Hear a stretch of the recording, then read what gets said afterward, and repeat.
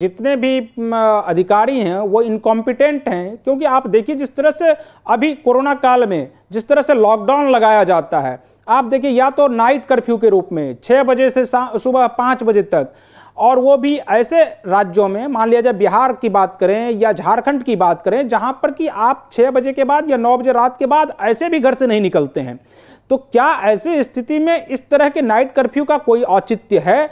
और अगर हम समय को कम करेंगे, मान लिया जाए अगर लॉकडाउन के टाइम को, या सुबह लोग सब्जी लाने के लिए, दूध लाने के लिए जाएं, उसका समय निर्धारित कर दिया गया कि सुबह 6 से 11 बजे तक, तो अगर एक शहर में मान लिया जाए 500 लोग जाते थे मार्केट, तो वो 5 घंटे में, पहले 12 घंटे में जाते थे, तो वहां पर फुटफॉल कम होगा ना। तो अगर आप 5 घंटे में कर देंगे तो 500 लोग तो आएंगे ही, तो फुटफॉल ज्यादा होगा या कम होगा? तो इस तरह से ये लोग जो सोचते हैं, इनके सोचने के तरीके पर भी एक सवाल उठ सकता है।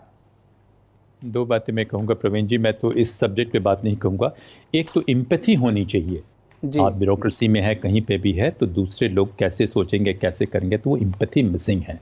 कि ब्यूरोक्रेसी में आप आ जाते हैं तो आप बड़े साहब बन जाते हैं, हुजूर बन जाते हैं, और आपका सोचने का तरीका अलग हो जाता है। तो एम्पैथी मिसिंग है। दूसरा, एक प्रोफेशनल कॉम्पिटेंस है। तो हमारे इंस्टीट्यूशन बनाए ही ऐसे गए हैं कि उसमें कॉम्पिटेंस हो नहीं।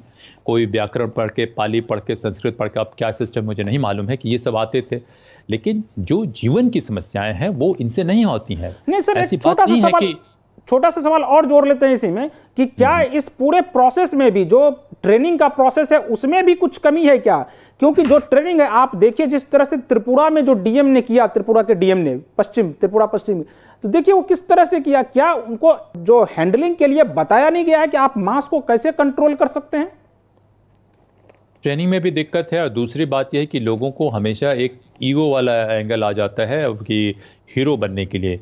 यही जो एक अच्छी प्रोफेशनल इंस्टीट्यूशन में आपको हीरो नहीं बनना है, आपको काम करना है।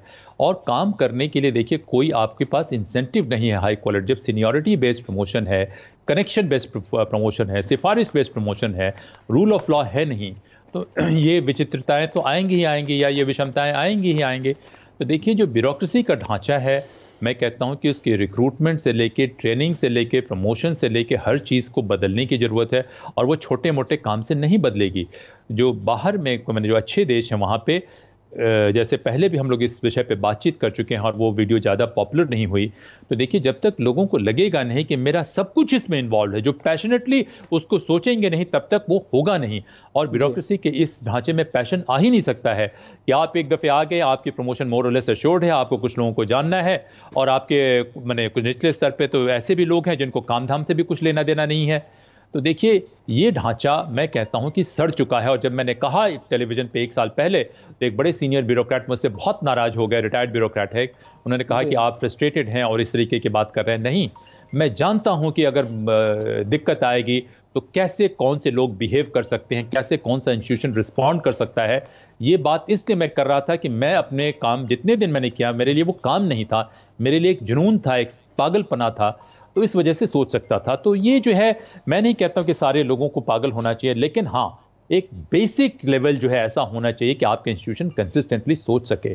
तो देखिए एम्पैथी कैसे लाया जाए, ये ऑर्डर देने से नहीं आएगा। हमारा पूरा ढांचा चलता है कि इंस्ट्रक्शन दे दो, धमकी दे दो। और ये मामलूक मुगल, मैं क्यों कहता हूं कि मामलूक मुगल जब वो आए तो उनका क्या था कि भैया लोगों से एक्सटॉर्शन करके बतौड़ना है, गवर्नेंस तो प्रोवाइड करना नहीं है, और वो परेशान हमको नहीं करे तो उनको एक इंस्ट्रक्शन दे दो। ब्रिटिश का भी वही रहा।